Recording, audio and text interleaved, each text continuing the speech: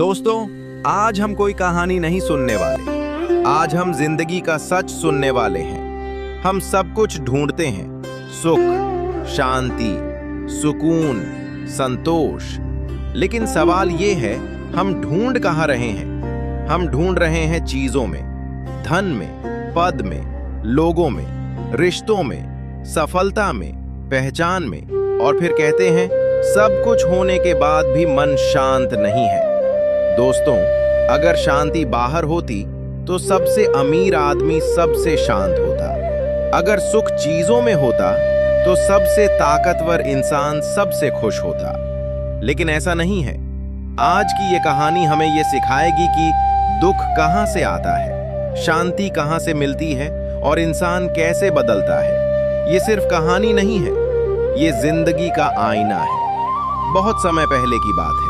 बहुत समय पहले की बात है। एक राज्य था, एक महल था, एक राजकुमार था जिसके पास सब कुछ था।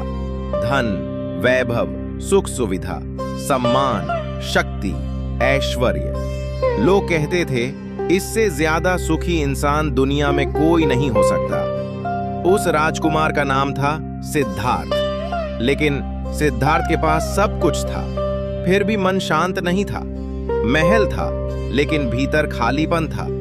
सुविधाएं थीं, लेकिन दिल बेचैन था। हंसी थी चेहरे पर, लेकिन भीतर सवाल थे।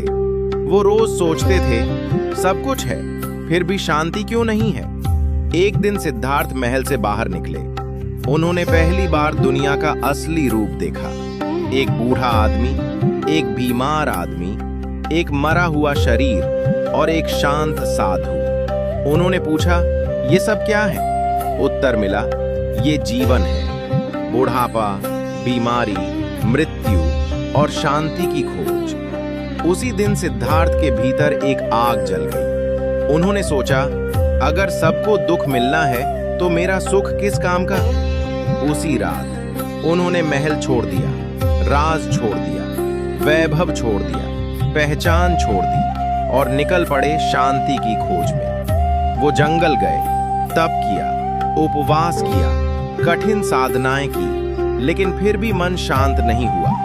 तब उन्होंने समझा, दुख शरीर से नहीं है, दुख मन से है। एक दिन वो एक पेड़ के नीचे बैठे, बहुत शांत, बहुत थके हुए, बहुत मौन, और उन्होंने कहा, अब मैं भागूंगा नहीं, अब मैं खोजूंगा नहीं, अब मैं शांत बैठूंगा। और वहीं उसी मौन में, उसी शांति में उन्हें उत्तर मिला, बाहर नहीं, भीतर। उसी दिन सिद्धार्थ बने बुद्ध, और दुनिया ने उन्हें गौतम बुद्ध कहा।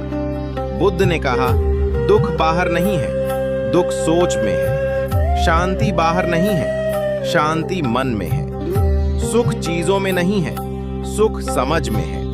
उन्होंने सिखाया, कम चाहो, कम पकड़ो, कम भागो, ज्यादा समझो, ज्यादा शांत रहो। बहुत समय पहले की बात है। घना जंगल था, अंधेरा रास्ता था, और एक नाम था जिससे पूरा राज्य डरता था। अंगुलीमाल। वो एक डाकू था, हिंसक, निर्दयी, निर्भय। हर हत्या के बाद वो उंगली काटकर माला में पिरोता था, इसलिए नाम पड़ा अंगुलीमाल। लोग उसका नाम सुनकर कांप जाते थे। एक दिन गौतम बुद्ध उसी जंगल से गुजर रहे थे, शांत, निर्भय, स्थिर। लोग बोले, मत जाइए, वो आपको मार देगा। लेकिन बुद्ध चलते रहे। अचानक अंगुलीमाल सामने आया, हाथ में हथियार, आंखों में क्रोध। वो गरजा, रुक जा साधु। बुद्ध रुके, शांत खड़े रहे। बोले, मैं तो रुक चुका हूं, तू कब रुकेगा? अंगुलीमाल चौंक गया। बुद्ध बोले, मैंने हिंसा छोड़ दी है, मैंने क्रोध छोड़ दिया है, मैंने नफरत छोड़ दी है। मैं रुक गया हूं, लेकिन तू अभी भी दौड़ रहा है, हिंसा में, क्रोध में, नफरत में, अज्ञान में। अंगुलीमाल का हाथ कांप गया, उसका हथियार गिर गया। वो रो पड़ा, बोला, मुझे रास्ता दिखाओ। बुद्ध बोले, इंसान बुरा नहीं होता, सोच बुरी होती है। सोच बदलती है तो जीवन बदलता है। उसी दिन डाकू अंगुलीमाल साधु बन गया। हिंसा से करुणा, क्रोध से शांति, अंधेरे से प्रकाश। सोने का महल था, हीरे जवाहरात की दीवारें थीं, हजारों सेवक थे, सेना, सत्ता, शक्ति। लेकिन उस महल के अंदर एक आदमी रोता था। वो था राजा। उसके पास सब कुछ था, लेकिन मन खाली था। नींद नहीं आती थी, दिल भारी रहता था, मन अशांत था। एक दिन राजा ने बुलवाया गौतम बुद्ध को।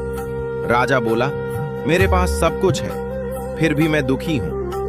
बुद्ध बोले, तुम दुखी धन के कारण नहीं हो, तुम दुखी आसक्ति के कारण हो। डर, खोने का डर, चिंता, छिन जाने की चिंता। तुम चीजों के मालिक नहीं बने, चीजें तुम्हारी मालिक बन गईं। राजा रो पड़ा। बुद्ध बोले, धन साधन है, मंजिल